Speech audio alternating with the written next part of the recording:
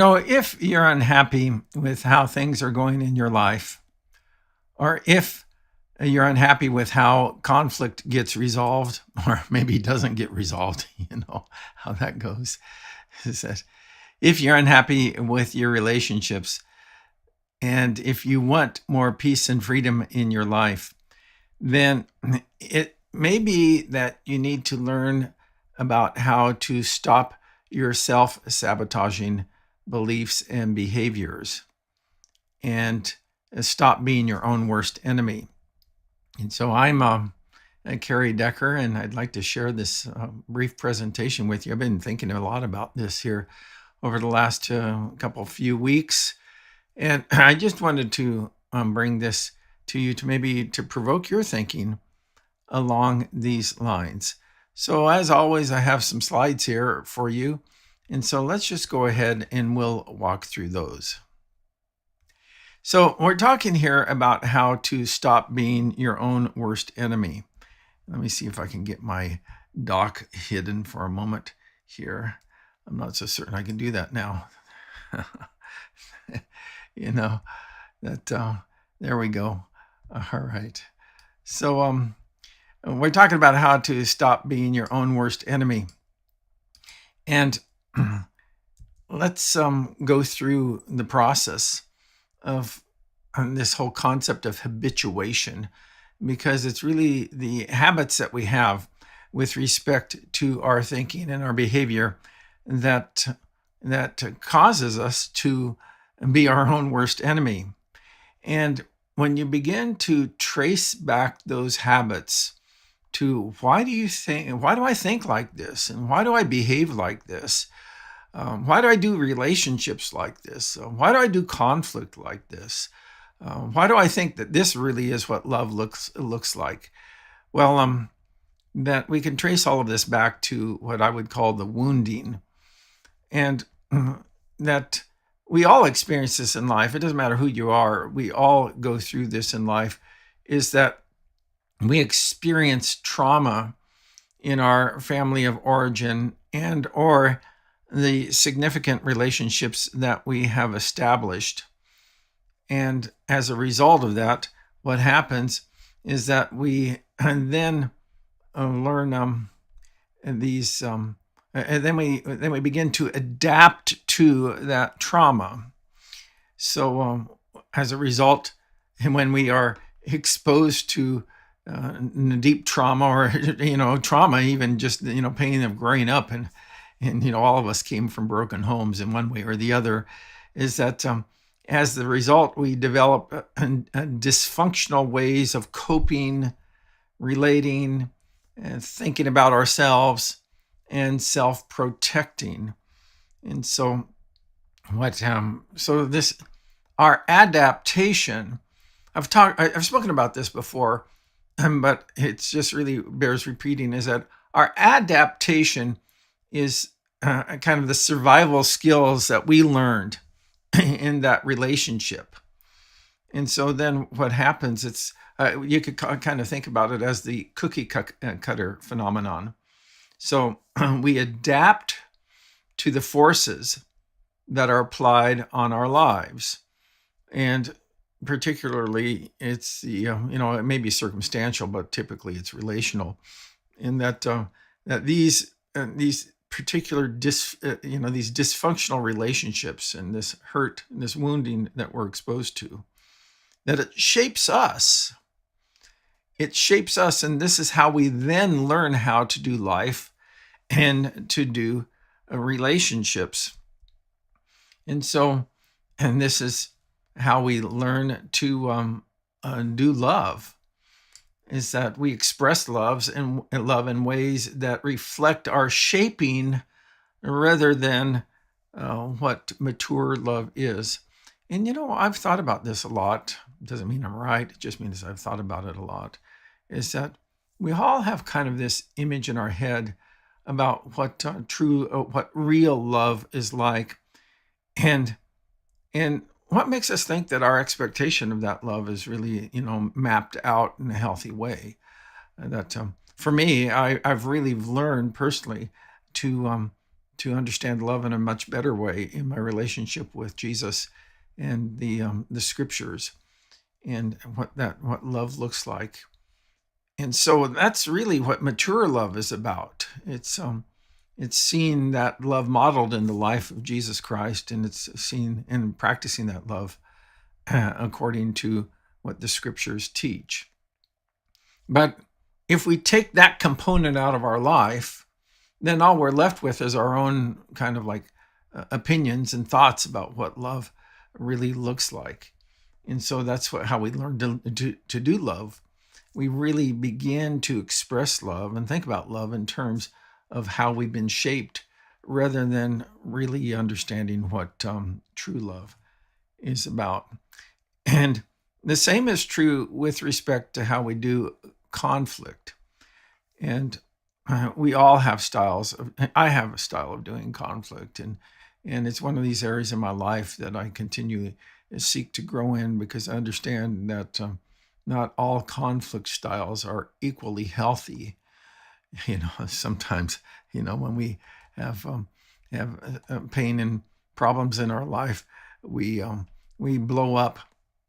Other times we clam up, and that we have all sorts of kind of ways of managing. Sometimes we just kind of sit on it, and we deal with it, we deal with it, we deal with it until we become the atomic bomb. And so, and none of these ways are healthy. And I've spent again a long time thinking about healthy ways to do conflict, rather than just reverting back to my old habits.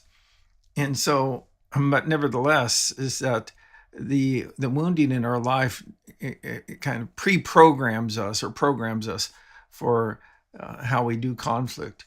And so we typically, when conflict arises, we regress to our old ways of coping and surviving. And also that how we've been shaped by this wounding. Remember, it's this adaptation. We've adapted to the wounding in our life. And as a result of that adaptation, we do love in a particular way, we do conflict in a particular way, and we also do communication in a particular way. And rather than communicating in ways that bring about healthy resolution, our style gets in the way of true progress. And this is particularly manifests itself in times of stress, is that when we find ourselves in stressful situations, that we end up regressing to unhelpful ways of communicating. And your style of communicating is unhealthy if, number one, if it doesn't help resolve the problem, and number two, if it damages relationships in the process. Is that, if you're not truly resolving the problem, and if you're doing that at the expense of relationships, then your style of communicating probably is a reflection of your adaptation, rather than really a mature and a healthy way of communicating. And so as we go on here and we think about this, is that the wounding in our life, we experience this trauma in our family of origin and in the significant relationships that we've sought to establish in our life. As a result of that wounding, we adapt to that dysfunction, and we develop dysfunctional ways of coping and relating and thinking about ourselves and self-protecting. And what happens as time goes on, and as I find myself in this season of my life, that I see this more and more, is that this whole issue of habituation. And what happens is that when we've adapted to dysfunctional ways of, when we've adapted to our wounding, and as a result we've developed dysfunctional ways of coping, then those become habituated in our life, and these dysfunctional behaviors become ingrained in how we do life and relationships.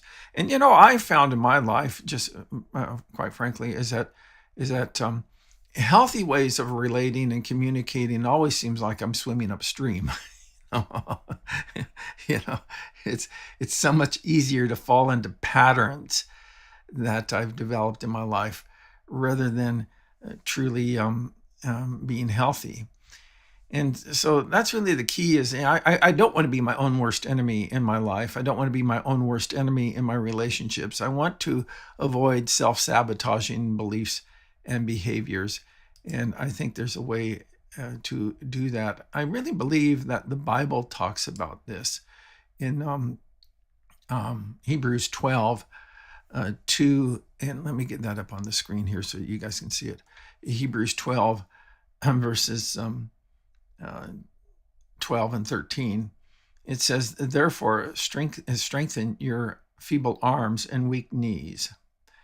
So he says, whatever isn't healthy in your life, he says, strengthen that.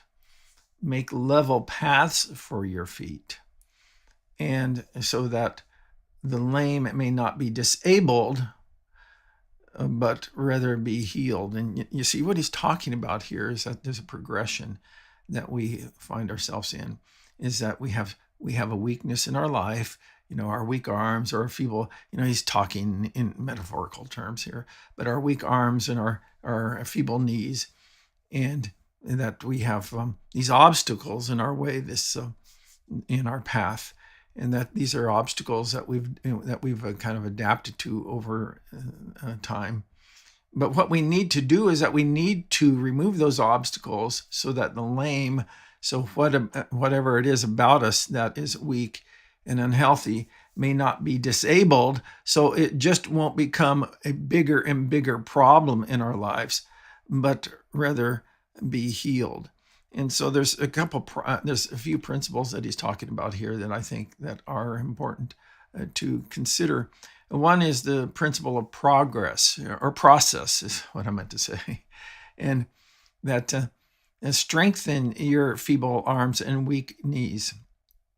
And it's really the key there is found in that verb strengthened, is that nobody strengthens their weak arms or feeble knees overnight.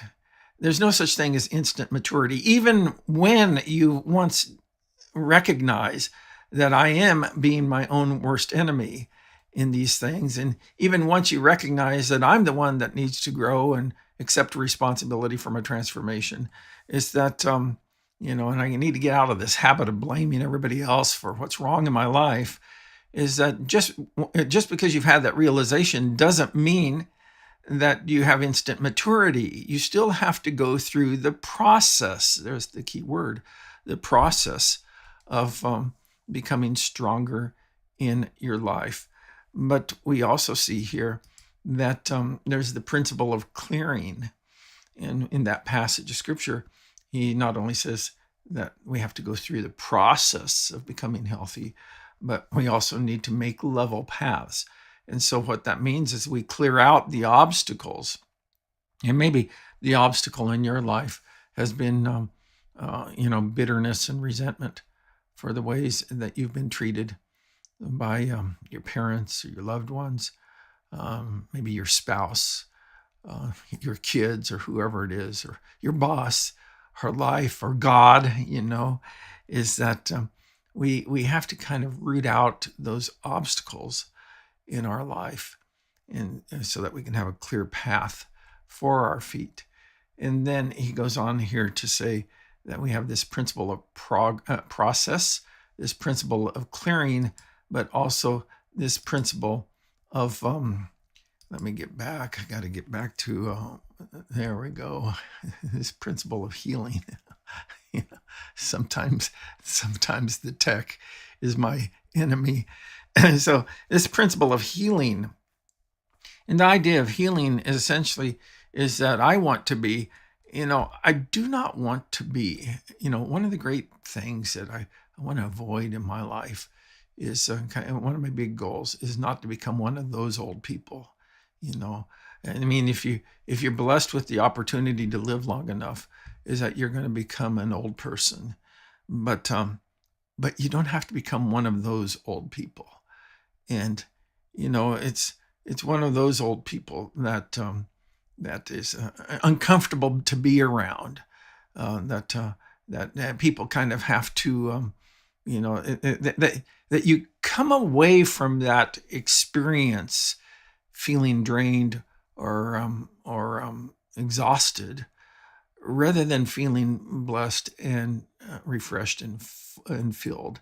And I want to be one of those old people who is exhausting. No, I'm, seriously, I want to be one of those people, old people who who um who offer some inspiration to the others who are coming behind us, and that I don't want to end up with life having kicked all the stuffing out of me, and as a result, I'm bitter or discouraged or depressed or just an ugly person. That's not who I want to be. So, we're talking about how to stop being your own worst enemy. One of the things that I see over and over and over is that it's blame that keeps us stuck. Is that, when we rehearse the if onlys in our lives, that if only my parents treated me differently, when you hear that, what that really is it's blame. If only I wasn't abused, or if only I wasn't belittled, or if only, this didn't happen, or if only that didn't happen, that if only my siblings loved and protected me. And all of those are just blame statements. That's really what it is, what it amounts to. And if only my spouse was true to me, and if only they hadn't cheated on me, and if only this, and if only that. And I have discovered this, and this is really a hard lesson to learn, is that blame is going to keep you stuck, And even when blame is legitimate, and there are times when you have truly been victimized, but when you've been truly victimized, if all you do is you rehearse the blame, you never move forward. And so it's really important to understand the difference between fault and responsibility. Yes, they may be at fault, but you are responsible for your own growth and healing. So, but when we get stuck in blame, that what we've done is that we've traded a brighter future for routinely rehearsing the darkest days of our past. Let me just say that one more time, is that when we get stuck in blame, we have traded a brighter future for routinely rehearsing the darkest days of our past. See, one of the things I know for sure is I can't go back and I can't change the past. I can't I can't change how I was raised. I can't change who my parents are. I can't change what's happened in my family of origin, or even with my my family that I've created. I can't change that stuff that has happened to me, on the job or at the church or whatever else. But I can decide that I'm going to take responsibility for my own healing and growth from here on out. And that's hard work. It really is. It's like I say, it's swimming against the current. It's resisting what comes naturally, but it can be done. I've seen it happen. I know it's happened in my life too. And so that the path forward, let me get back here for a moment, is that, there we go. And that the path forward is just simply this, is that, first of all, is that there's the aspect of responsibility. There is, and you got to get it clear. I have to get it clear in my head, the difference between fault and responsibility. It may be true that they are at fault for what they did to me. That may be true. And on balance, it may be that the weight of the offense really is assigned to their side of the scale and not yours, okay? And so that might be true, but I own the responsibility for what I'm going to do from this moment forward in my life, how I'm going to grow, how I'm going to heal. And I may not like it that I'm in this space, but I am here, and now it's my job to manage that. It's the idea of taking responsibility. The second is the idea of process. And nobody grows up overnight. Nobody unlearns the bad habits that they've developed, both in how they do love and how they manage conflict and how they communicate. Nobody learns that stuff overnight.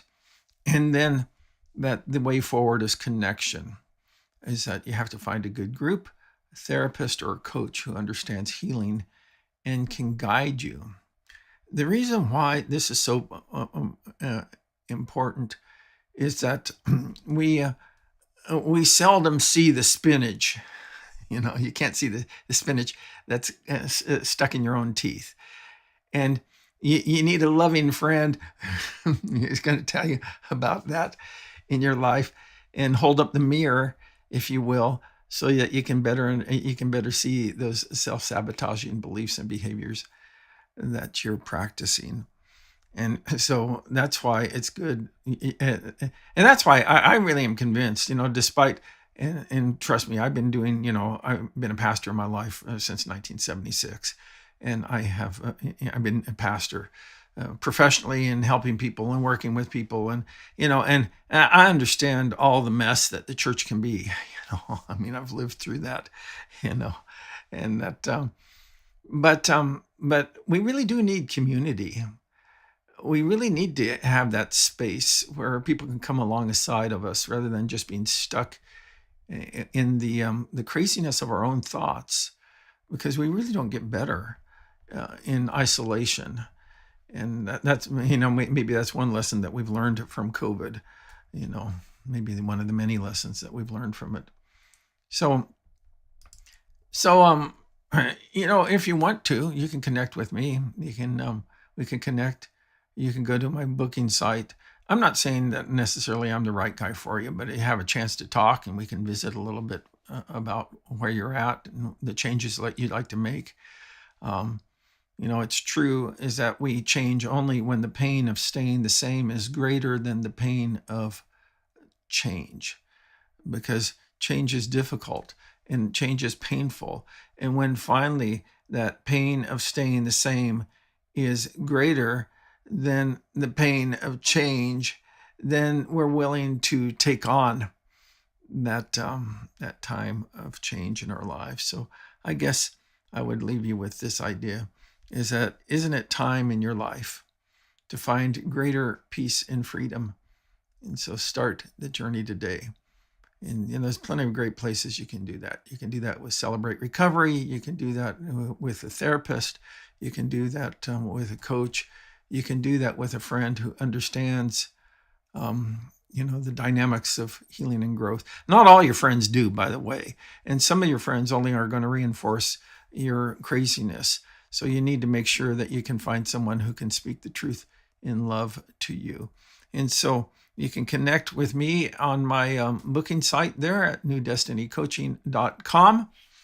And, I'd love to have a chance to talk with you about your goals of finding greater peace and freedom.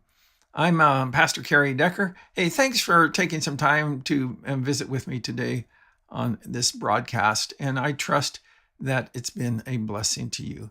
We'll see you next time.